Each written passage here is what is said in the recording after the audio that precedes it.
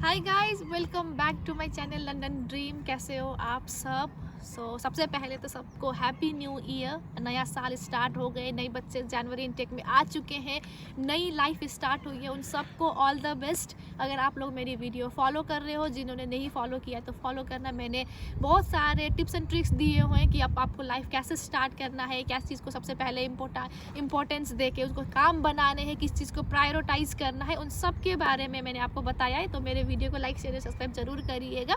तो अब टॉपिक पे आज बात करते हैं जो अभी सिनेरियो चल रहा है। जैसे आप भी जनवरी इनटेक में आए हो, काफ़ी बच्चे ऐसे हैं जो अभी आने के लिए बेताब होके बैठे हुए हैं। मई इनटेक में आने वाले हैं, सितंबर इनटेक में आने वाले हैं। और कोविड के बाद ऐसा सिनेरियो हो गया कि हर कोई बाहर निकलना चाहता है। इतने स्टूडेंट पहले स्टक होके बैठे थे 2 साल तक, जो कोविड का सिनेरियो चल रहा था, उनको भी अब बाहर निकलना है। तो इस वजह से मार्केट इतना इमिग्रेंट जो मार्केट इतना ज़्यादा हाई हो गया है कि हर जगह पे हर तरफ से लोग यहाँ आने का सोच रहे हैं। सिर्फ यहाँ नहीं, जितने भी यूरोपियन कंट्री है, तो मार्केट में अब ऐसे भी लोग हैं जो इस अपॉर्चुनिटी का फ़ायदा उठाने को लिए बैठे हुए हैं। तो आज का जो सिनेरियो है ना, वो रियल लाइफ सिनेरियो में आप सबके साथ डिस्कस करना चाहूँगी, आप लोगों को बताना चाहूँगी, क्योंकि थोड़ा सा आपको अवेयर हो जाओ इस चीज़ के लिए। जो ये केस है, ये मेरे बहुत अच्छे दोस्त का है।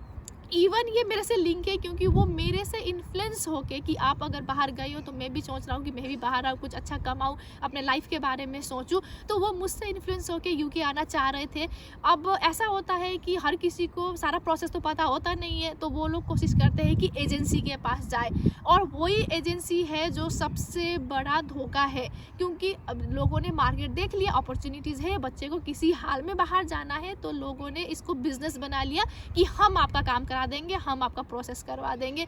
और स्टूडेंट को, नादान इंसान, क्योंकि उनको पता नहीं होता है कि कैसे करना है, और कल का कोई कुछ गलती ना हो जाए, वीज़ा कैंसिल ना हो जाए, इस चक्कर में वो एजेंसी के पास जाते हैं ये सोच के कि एजेंसी को सब कुछ पता होगा। बट उनको ये नहीं पता होता है कि सबसे बड़े फ्रॉड ही एजेंसीज होते हैं। इंडिया में कोई 4-5 होंगे, उसके अलावा हर एजेंसी लगभग ऐसे ही ऊपर नीचे करके ही काम कर रहा है। कोई भी सरल तरीके से एक लीगल प्रोसेस नहीं कर रहे होते। तो ये जो मेरा दोस्त का केस है, मैं आपको बता देती हूँ कि क्या हुआ। तो उनको यूके आना था। उन्होंने जब मेरा, पहले तो मैं ये बताऊँगी कि मेरा जो प्रोसेस था वो मैंने सब कुछ खुद किया था, और मैंने हर एक चीज़ की बारीकी से रिसर्च करके उसको वेरीफाई करके किया था। बट उन्होंने ऐसा नहीं किया। वो उन्होंने सरल ईजी वे अपनाया कि मैं एजेंसी के पास जाऊँगा, पैसा दूंगा, वो सब कुछ कर देंगे, ठीक है। तो उन्होंने क्या किया, यहाँ जो आना था उनको एक ऑफर लेटर दिया गया, एक कोई भी यूनिवर्सिटी का, क्योंकि लोगों को आने से मतलब है चाहे कोई भी यूनिवर्सिटी हो, कहीं पे भी हो। तो उन्होंने भी यही किया कि चलो, उन्होंने एजेंसी ने किसी एक यूनिवर्सिटी का एक ऑफर लेटर खुद से बना दिया, फेक ऑफर लेटर, आप देखिए। और उसके बदले में उन्होंने आपका इनिशियल डिपॉजिट देना है करके 6,000 पाउंड, जो होता है 6 लाख इंडियन करेंसी, उन्होंने डिपॉजिट कर दी। डिपॉजिट लेने के बाद ऑफर लेटर आ चुका है, और उसके बाद भी प्रोसेस होते हैं, डॉक्यूमेंट जमा करना होता है, कैश लेटर आना होता है। वो वेट कर रहे हैं कि कुछ आगे का होगा, अब होगा, अब ऐसे करते करते 3 महीने हो गए। आपको बता दूं, कैश लेटर, अब ऑफर लेटर आने के बाद ना इंस्टेंटली आपके डॉक्यूमेंट प्रोसेस होते हैं, और वो 1 महीने के अंदर अंदर आपका कैश लेटर आ जाता है। उनका कैश लेटर तो छोड़ो, कोई डॉक्यूमेंट की कुछ बात ही नहीं हो रही है, 3 महीने हो चुके। तो उन्होंने मुझे पूछा कि ऐसा ऐसा हो चुका है, अब क्या करना है, क्योंकि उन्होंने उससे पहले मुझसे कोई डिस्कशन नहीं करी थी इस बारे में। जब कांड हो गया तब जाके वो मेरे पास डिस्कस करने आए। तो उन्होंने पूछा, तो मैंने कहा कि भाई कौन सी यूनिवर्सिटी है, वेरीफाई करना पड़ेगा।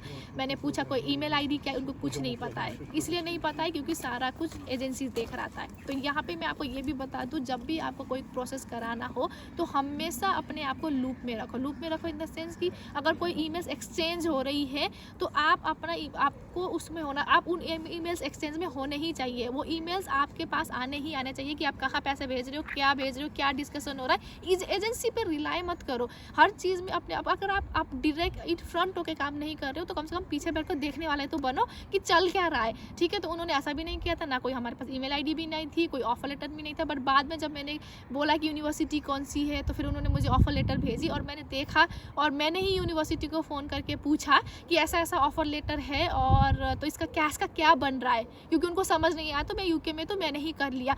तो वो बोलते हैं कि हमारे पास कुछ ऐसा रिकॉर्ड है ही नहीं, कोई ऐसा स्टूडेंट का हमने कोई ऑफर लेटर रिलीज़ ही नहीं करी है। तो तो यहाँ से हमें पता चला कि ये तो फ्रॉड है। जब हमने एजेंसी से बात करी तो वो कहते नहीं, यहाँ पे कोई मिसकम्युनिकेशन हो गया है, जो उस इमिग्रेशन प्रोसेस में यूनिवर्सिटी में थे शायद उन्होंने जॉब चेंज कर दिया, तो कोई और आ गया है, तो कोई और को पता नहीं है, तो बहुत कुछ हुआ। उसके बाद उन्होंने क्या बोला कि हमने भाई चाहे जो भी हुआ है, आप अब हमारा पैसा वापस करने वाली बात करो, हम प्रोसेस खुद करेंगे। तो उन्होंने देने पे तो दिया, 3000 पाउंड उन्होंने रिफ़ंड करा, पर 3000 पाउंड अभी भी उनके साथ वहीं पे अटका हुआ है। 6 महीने हो चुके हैं, अब तो वो फ़ोन उठाना भी बंद कर चुके हैं।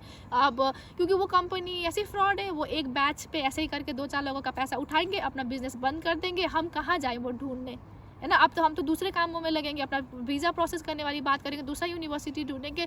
तो इसीलिए अब जब एजेंसी के पास जाओ ना, पहले तो रिकॉग्नाइज्ड एजेंसी के पास जाओ और हर एक चीज़ वेरीफाई करो। जैसे यूनिवर्सिटी जो ईमेल आईडी है वो सही है कि नहीं, जो बैंकिंग डिटेल्स है।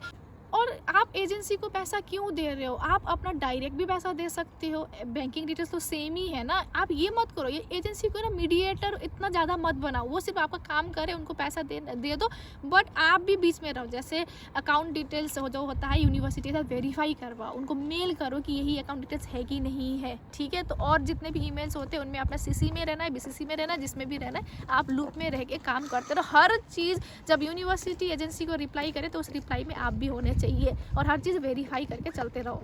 देखो अब क्या होता है, ऐसे ही हमें बाहर आना होता है तो हज़ार चीज़ें करवानी होती है, हज़ार जगह से पैसे के अरेंजमेंट करना होता है, क्योंकि आपको सारा एक्सपेंसेस दिखा के आना होता है। ऊपर से कोई आपके साथ स्टार्टिंग में ही फ्रॉड कर दे, आपका पैसा अटक गया, एक तरफ से आप बहुत मोरल डाउन हो जाता है अगर आपको ऐसे कुछ सिनेरियो हो जाए। तो इसीलिए सबसे पहले तो आप 1-2 लोगों से डिस्कस करिए, जिनको जानते हैं उनसे पूछिए कि कैसे करना है। और एजेंसी के साथ एजेंसी का हेल्प लेना इज़ ओके। मैं मानती हूँ इमिग्रेशन चीज़ों में आप खुद पे भरोसा नहीं करते हो और खुद ना करवाना चाहो तो एजेंसी के पास जाओ, पर जेन्युइन एजेंसी के पास जाओ। और जेन्युइन अब अगर दूसरे भी किसी एजेंसी के पास जाना है, बट अपने आप से भी ना चीज़ों को थोड़ा वेरीफाई करिए। डिपेंडेंट मत रहिए किसी पे भी कि वो करवा के दे देगा, जो करना है वही करे, हम तो भाई पैसे देते रहेंगे, जो करना है वही करे, हमें मतलब नहीं है, ये मत करिए, ठीक है। आप थोड़ा सा समझिए, आप अपना काम है, आप खुद ही होशियार होना। तो यही था इस वीडियो में जो मुझे बताना था। अगर कुछ भी जानना हो तो मुझे कमेंट सेक्शन में पूछ लीजिएगा, मैं रिप्लाई कर देती हूँ। बाकी फिर मिलते हैं न्यू टॉपिक के साथ न्यू वीडियो में, तब तक के लिए सी यू, बाय बाय।